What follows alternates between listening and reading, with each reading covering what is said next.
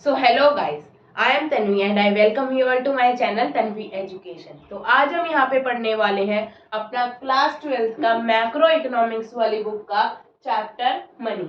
ये बहुत ही छोटा सा चैप्टर है, इजी चैप्टर है एंड बहुत इम्पोर्टेंट चैप्टर भी है। ये नहीं कह सकते हम ये बिल्कुल इजी चैप्टर है तो ये इम्पोर्टेंट नहीं है, या फिर ये छोटा चैप्टर है तो ये इम्पोर्टेंट नहीं है। तो अब हम इसमें पढ़ेंगे कि मनी कैसे फॉर्म हुआ, मनी का इवोल्यूशन कैसे हुआ। जैसे कि आपने पहले पढ़ा होगा कि पहले क्या होता था, बार्टर सिस्टम होता था, गुड्स के बदले में गुड्स एक्सचेंज होते थे। तो अब इवोल्यूशन ऑफ मनी किस तरीके से हुआ और मनी के क्या क्या फंक्शंस हुए, तो अब हम ये पढ़ेंगे। Origin of money. Origin of money is related to the needs to facilitate exchange. Money का ओरिजिन किस लिए हुआ? To facilitate the exchange. जो एक्सचेंज है उसको अच्छा बनाने के लिए, उसको फैसिलिटेट करने के लिए।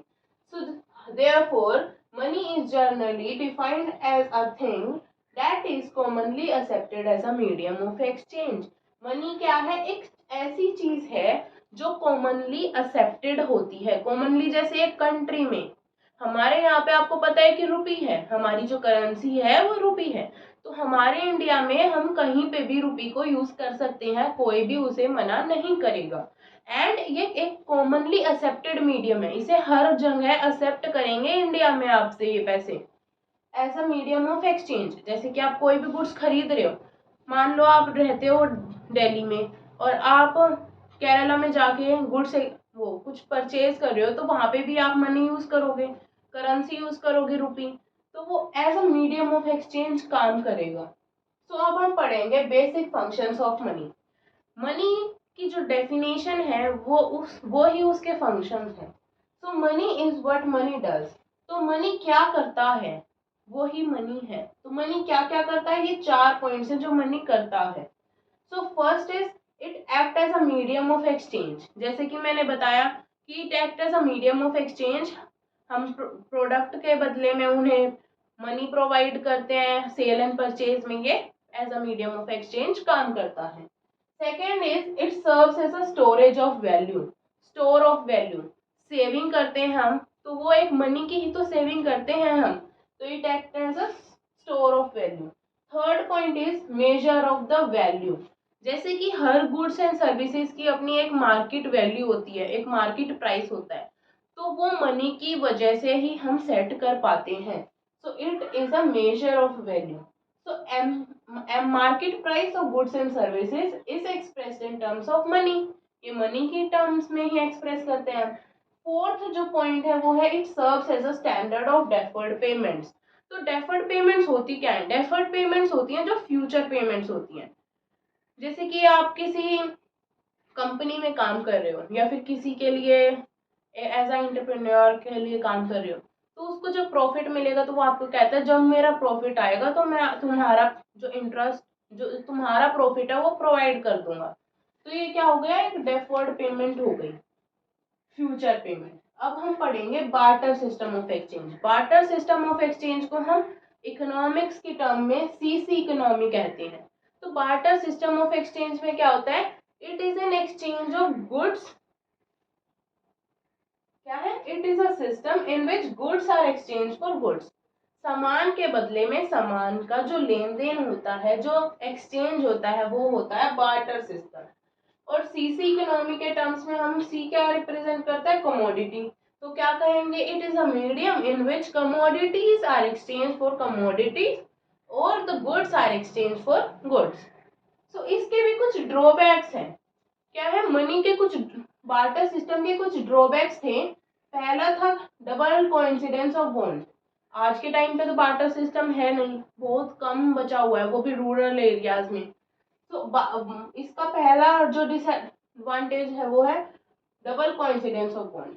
डबल कोइंसिडेंस ऑफ बॉन्ड में क्या होता है कि मान लो कि मेरे पास शूज हैं और जो दूसरा पर्सन है उसके पास ग्रेन्स हैं, मुझे ग्रेन्स चाहिए और जो वो दूसरा पर्सन है उसे शूज चाहिए, तो हम एक्सचेंज कर लेंगे।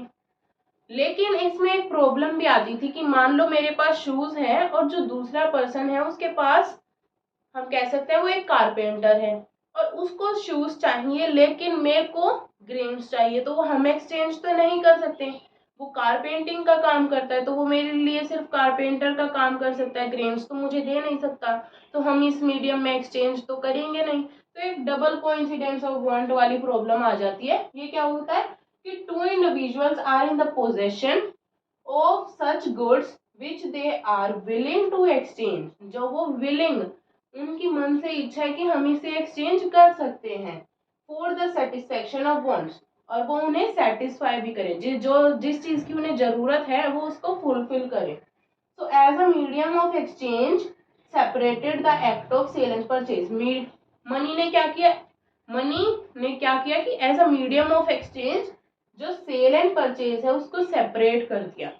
अब इस बार्टर सिस्टम में क्या होता था कि सेल और परचेज एक साथ होता था, अब ऐसा नहीं है। अब अगर हम किसी शॉप पे जाएंगे तो वो हमें सेल करेगा और हम उसके बदले में मनी दे देंगे। अगर हम कुछ बेच रहे हैं तो हम उसको सेल करेंगे और हमें उसके बदले में क्या मिलेगा, मनी। तो मनी दो सेल और परचेज के बीच में आ गई as a medium of exchange. जो सेकेंड पॉइंट है वो है lack of common unit of value. Money के आ जाने से क्या हुआ कि एक मार्केट प्राइस फिक्स हो गया गुड्स एंड सर्विसेज का। तो पहले के टाइम पे ऐसा नहीं था, एक कॉमन यूनिट नहीं थी, एक कॉमन वैल्यू नहीं थी गुड्स एंड सर्विसेज की। So evolution of money has given the common unit of value. Third point है difficulty of the future payments. Difficulty of the future payment, so money की वजह से ये फैसिलिटेट हो गया, ये भी इसमें भी सुधार आया। फोर्थ पॉइंट है the difficulty of the storage of value. पहले के टाइम पे मान लो कि मैं ग्रेन्स ग्रो करती हूँ, तो मैं स्टोरेज कैसे करूंगी, सेविंग कैसे करूंगी, ग्रेन्स को स्टोर करके। तो ग्रेन्स को अगर मैं स्टोर करूंगी तो उसके लिए भी मुझे एक स्टोरेज के लिए कॉस्ट इन्वेस्ट करना पड़ेगा, मुझे एक वेयर हाउस बनाना पड़ेगा जिसमें मैं अपने ग्रेन स्टोर कर सकती हूँ। लेकिन फिर वो ग्रेन्स खराब भी हो सकते हैं, there could be a capital loss also. तो ये एक प्रॉब्लम आ जाती है। लेकिन आज के टाइम पे तो हम सिंपल पेपर मनी को अपने पास सेव कर सकते हैं या फिर हम बैंक में डिपॉजिट कर सकते हैं अपने मनी को। तो it is a difficulty of storage of value.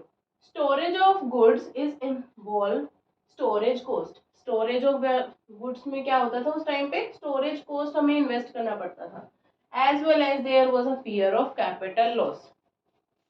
तो अब हम पढ़ेंगे फॉर्म ऑफ मनी कि किस किस तरीके की मनी होती थी और होती है। So fiat money and the fiduciary money, ये दो टाइप की मनी है और अब हम इनका डिफरेंस पढ़ेंगे। फियाट मनी कौन सी होती है, it refers to money which is issued by the authority of government. ये कौन सी मनी होती है जो अथॉरिटी इशू करती है, जैसे हमारे यहाँ पे आरबीआई मनी इशू करती है, तो वो एक फियाट मनी हो गई। जो हम मनी यूज करते हैं वो एक फियाट मनी है क्योंकि वो अथॉरिटी इशू करती है, जो अथॉरिटी ऑफ गवर्नमेंट है वो इशू करेगी। जो फिड्यूशरी मनी है वो क्या होते हैं, money which is accepted as a medium of exchange. वो एक मीडियम ऑफ एक्सचेंज है बिकॉज ऑफ द ट्रस्ट, किस बलबूते पे, ट्रस्ट के बलबूते पे, between the payer and the payee. Payer क्या होता है, जिसको देना होता है, और पे जिसको देता है वो। तो ये एक ट्रस्ट की तरह काम करता है, जैसे कि हम किसी को चेक प्रोवाइड करते हैं। तो ये एक ट्रस्ट का मामला है कि जो मैंने चेक दिया है वो बाउंस नहीं होगा, मेरे बैंक अकाउंट में पैसे हैं और आप इसको चेक को बैंक में डाल सकते हो और आपके पैसे विड्रॉ हो जाएंगे। तो ये एक ट्रस्ट के बेसिस पे होता है और इसका एग्जाम्पल है चेक। और जो फियाट मनी है उसका एग्जांपल होगा जो हमारे नोट्स एंड कॉइन्स होते हैं जो लीगली इश्यूड होते हैं गवर्नमेंट के थ्रू, आरबीआई के थ्रू। तो ये हो गया fiat money and fiduciary money का डिफरेंस। अब हम नेक्स्ट पढ़ेंगे full bodied money and the credit money. Full bodied money में क्या होता है कि it refers to money in terms of the coins whose commodity value is equals to the money value and when issued। क्या होता है इसमें कि जो कमोडिटी वैल्यू है, जिस मटेरियल का वो कॉइन बना है वो उसकी कमोडिटी वैल्यू होगी, और जो मनी वैल्यू होती है वो मतलब जैसे कि मान लो कि 1 रुपये का कॉइन है तो वो उसकी मनी वैल्यू हो गई, और कमोडिटी वैल्यू होती है जिस मटेरियल का वो कॉइन बना है वो उसकी कमोडिटी वैल्यू हो जाएगी। तो फुल बॉडीड मनी में क्या होता है कि commodity value and the money value is equal. Credit money में क्या होता है? Credit money refers to that money of which money value is more than the commodity value. Credit money में क्या होता है कि मनी वैल्यू ज्यादा होती है किसके मुकाबले? In the terms of the commodity value. जैसे कि आज के टाइम पे जो हमारा 1 रुपी कॉइन है तो उसकी मनी वैल्यू ज्यादा है किसके बदले? उसकी जो कमोडिटी वैल्यू है उसके। जो मेटल उसमें यूज होता है उसकी वैल्यू 1 रुपी की नहीं होती, उसकी वैल्यू कम है, और वो कॉइन किस में काम करेगा? 1 रुपी की वैल्यू में काम करेगा।